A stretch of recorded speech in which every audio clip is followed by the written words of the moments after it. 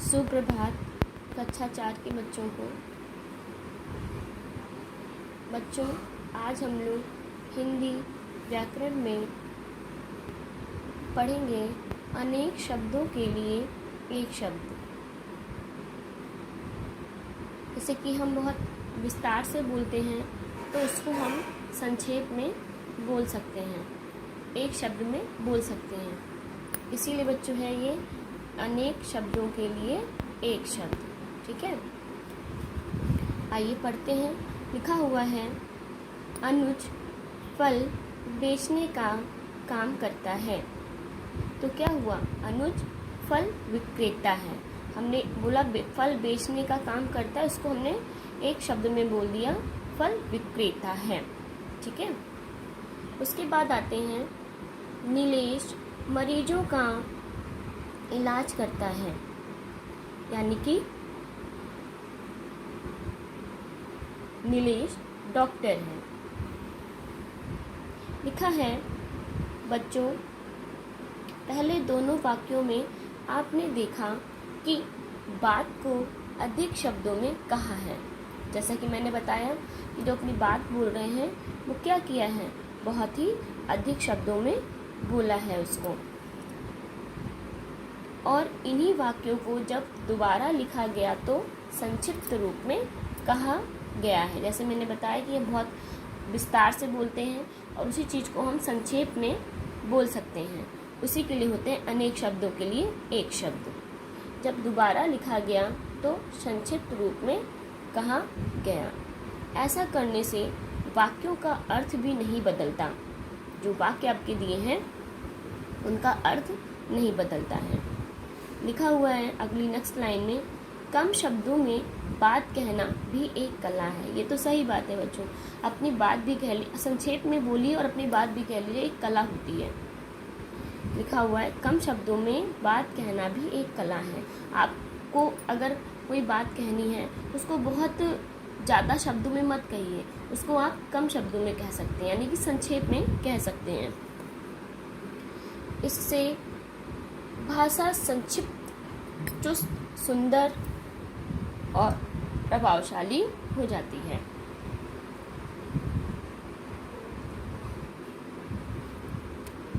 ठीक है बच्चों, कह रहा है इससे भाषा क्या होती है, संक्षिप्त हो जाती है, चुस्त होती है, सुंदर हो जाती है और प्रभावशाली हो जाती है और सरलता से समझ में आ जाती है। ये बात तो सही बच्चों का, किसी को अपनी समस्या बतानी है, हम बहुत ज़्यादा लंबा बताएंगे, सामने वाला सुनते सुनते परेशान हो जाएगा। अगर उसी चीज़ को हम कम शब्दों में बोलकर अपनी बात कह देते हैं तो इंसान हमारी बात भी समझ जाएगा और हमारी मदद करने की कोशिश भी करेगा। इसे अनेक शब्दों के स्थान पर एक शब्द का प्रयोग करना कहते हैं। इसे क्या कहते हैं, अनेक शब्दों के स्थान पर एक शब्द का प्रयोग करना कहते हैं। अनेक शब्दों के स्थान पर प्रयोग किए जाने वाले एक शब्द को अनेक शब्दों के लिए एक शब्द कहते हैं। फिर से देखिए, अनेक शब्दों के स्थान पर प्रयोग किए जाने वाले एक शब्द को अनेक शब्दों के लिए एक शब्द कहते हैं। आइए कुछ और उदाहरण देखते हैं। तो बच्चों देखिए, यहाँ पे वाक्यों को थोड़ा सा बड़ा करके लिखा गया है और इस तरह उसी वाक्यों को संक्षेप में छोटा कर दिया, मतलब छोटा कर दिया गया है। ठीक है, तो देखिए, श्याम मेरा बड़ा भाई है। तो बड़ा भाई को यहाँ क्या कर दिया है, श्याम मेरा अग्रज है, यानी कि बड़ा भाई, अग्रज में बड़ा भाई होता है। अब यहाँ दिया हुआ है हम साथ साथ पढ़ते हैं, तो यहाँ हो गया है हम सहपाठी हैं। देखिए कितना अंतर है, उसी वाक्य को बढ़ा के किया गया, उसी वाक्य को एक शब्द में कर दिया गया है। तो श्याम मेरा बड़ा भाई है, श्याम मेरा अग्रज है, हम साथ साथ पढ़ते हैं, हम सहपाठी हैं। ईश्वर सब कुछ जानता है, ईश्वर सर्वज्ञ है। ईश्वर सब कुछ जानता है की जगह हमने क्या कर दिया, ईश्वर सर्वज्ञ है। हमारी प्रत्येक सप्ताह परीक्षा होती है।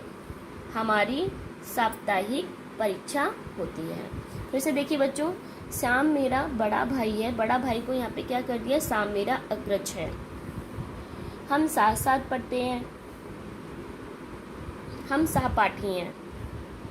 ईश्वर सब कुछ जानता है। ईश्वर सर्वज्ञ है। हमारी प्रत्येक सप्ताह परीक्षा होती है। हमारी साप्ताहिक परीक्षा होती है। ठीक है, तो अब आगे चलते हैं। इसी तरह से आपको आगे भी वाक्य मिलेंगे। तो बच्चों यहाँ देखिए, अनेक शब्दों के लिए एक शब्द के उदाहरण। तो क्या है बच्चों, पढ़ते हैं। जिसका मूल्य आका ना जा सके उसे क्या कहते हैं, अमूल्य। जिसको हम आका ना जा सके, जिसको हम बता नहीं सकते, अमूल्य बोलते हैं। जिसके माता पिता ना हो उसे अनाथ बोलते हैं। जो कभी ना मरे अमर बोलते हैं। आपने देखा होगा लोग दिनचर्या में छोटे छोटे शब्दों का यूज़ करते हैं, वो एक शब्द में बोल देते हैं अपनी बातों को। जिसके दिल में दया हो यानी वो दयालु हो गया। भगवान को मानने वाला आस्तिक। भगवान को ना मानने वाला नास्तिक। जो सदा सत्य बोलता हो सत्यवादी। जिसके आने की तिथि ना हो अतिथि। जिसका भाग्य बहुत अच्छा हो भाग्यवान। जो स्त्री कविता लिखती हो कवित्री हो जाएगा वो। अपने देश की वस्तु स्वदेशी। दूसरे देश की वस्तु विदेशी। जो बहुत बोलता हो वाचाल। जिसे किसी का डर ना हो निडर। प्रतिदिन होने वाला दैनिक। सप्ताह में एक बार होने वाला साप्ताहिक। 15 दिन में एक बार होने वाला पाक्षिक। महीने में एक बार होने वाला मासिक। वर्ष में एक बार होने वाला वार्षिक। गांव में रहने वाला ग्रामीण। शहर में रहने वाला शहरी। जो मांस खाता हो वो मांसाहारी होता है। जो केवल फल सब्जी खाता है वो शाकाहारी होता है। साथ में पढ़ने वाला सहपाठी होता है। जो कला की रचना करे कलाकार होता है। तो बच्चों एक बार फिर से देख लेंगे। जिसका मूल्य ना आका जा सके उसे अमूल्य हो गया। जिसके माता पिता ना हो उसे अनाथ बोलते हैं। जो कभी ना मरे वो अमर होता है। जिसके दिल में दया हो वो दयालु होता है। भगवान को मानने वाला आस्तिक होता है। भगवान को ना मानने वाला नास्तिक होता है। जो सदा सत्य बोलता हो सत्यवादी। जिसके आने की तिथि ना हो उसे अतिथि बोलते हैं। जिसका भाग्य बहुत अच्छा हो भाग्यवान बोलते हैं।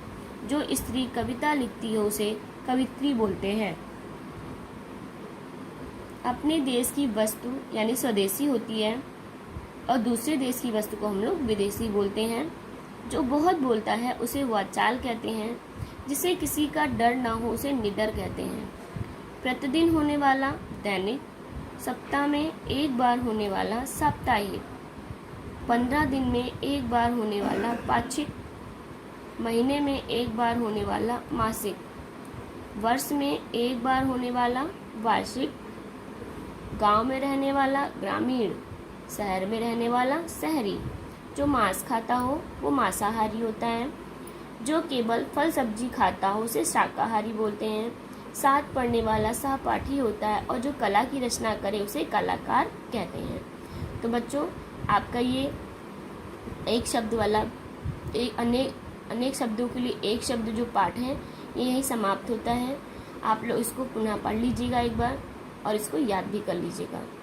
धन्यवाद। फिर मिलेंगे नेक्स्ट वीडियो के साथ।